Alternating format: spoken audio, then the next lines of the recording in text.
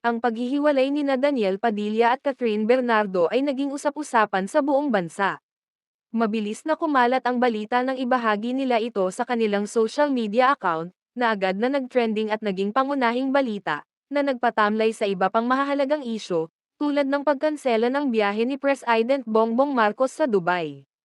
Nagkataon pa na ito'y naganap sa paggunita sa kaarawan ng ating bayani na si Andres Bonifacio.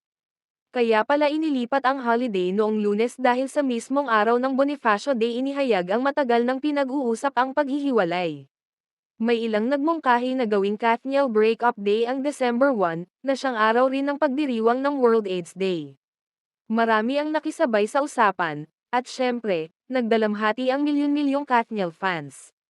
Ngunit ang isa na labis na naapektuhan ay si Andrea Brillantes na itinuturong dahilan ng paghihiwalay nina Catherine at Daniel.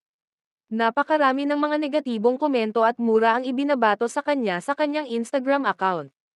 Ang isa sa kanyang IG post ay mayroong mahigit 15K na komento na hindi naman may kaugnayan sa kanyang ipinopost kundi sa kanyang pagkakasangkot sa isyu ng Kathniel.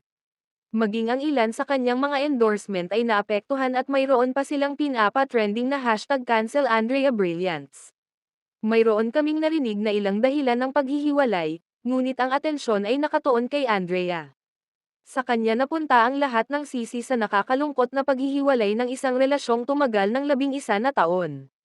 Ang isa pang nakakatawa, ang iba't ibang memes na ginawa ng mga tao na may kaugnayan sa paghihiwalay ng sikat na love team. Samantala Alden Richards neririto ng mga fans para kay Catherine. Sa gitna ng mga balitang naghiwalay na sina Catherine Bernardo at Daniel Padilla, maraming fans ang nagpahayag ng kanilang suporta para sa posibilidad na maging magkatandem sina Catherine at Alden Richards.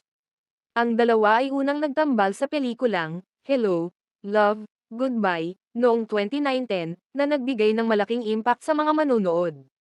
Dahil dito, maraming fans ang nag-aabang sa posibilidad na magkaroon ng sequel ang pelikula o muling magtambal ang dalawa.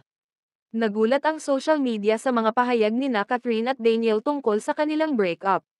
Narito ang ilang mga komento ng mga netizens na nagnanais na maging magkatandem sina Catherine at Alden. Paano kung talagang para sa isa't isa sina Catherine at Alden? Hindi ko alam kung ako lang ba ito, pero simula nang mapanood ko ang pelikulang ito, gusto ko na silang maging magkatandem. Sana hindi ako batikyusan ng mga Kathniel fans, pero sa tingin ko, mas karapat-dapat si Catherine sa mas mabuti.